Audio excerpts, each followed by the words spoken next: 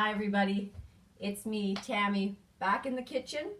Just got back from some cross-country skiing. We have some gorgeous trails here in the city.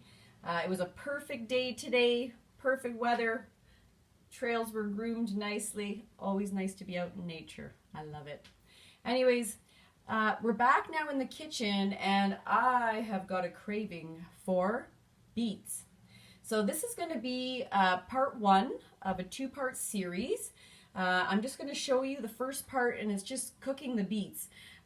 Beets are a great root vegetable, so they last long in your cold room. So you need a cool, dark place to store them, just kind of like potatoes, right? And actually, you should kind of store things in your cold room away from each other, right?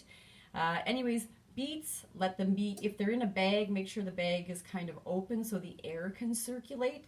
Otherwise, if it's stuck in a plastic bag or a paper bag, they sort of, if they're on top of each other and there's no air circulating, they're just going to rot inside that bag. So get them down in a nice, cool, dark place.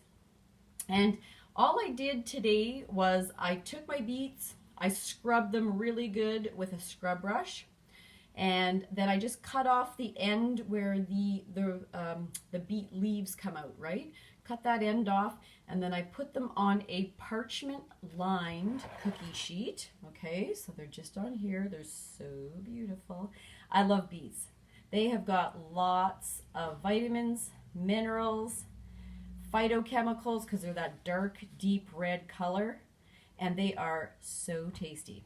So what I'm going to do is I'm going to roast these beets. I like to roast beets. You can boil them, definitely. That's a much faster way to cook them. So if you don't have a lot of time, boiling them is one way to go. Although you do lose some of the flavor. When you roast them, that flavor just deepens, and they're so tasty. So that's what I'm going to do. So if you're going to roast beets, you need at least an hour and maybe 15 minutes, an hour and 30 minutes, depending on your oven. I usually cook them at about 425 degrees for about an hour and 15. My oven usually gets it done in that time. And then I'm going to take them out and let them cool off, and then I'll be able to take the skins off really easily. All right, so I'm going to pop these beautiful babies into the oven. Just one other little thing.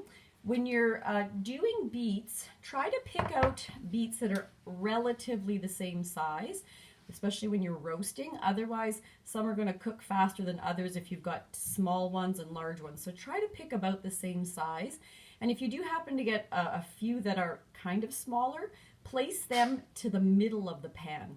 Leave the larger ones to the outside of the pan, because the outside of a pan is always a little hotter than the inside, where the inside portion, I should say, of the pan is, okay?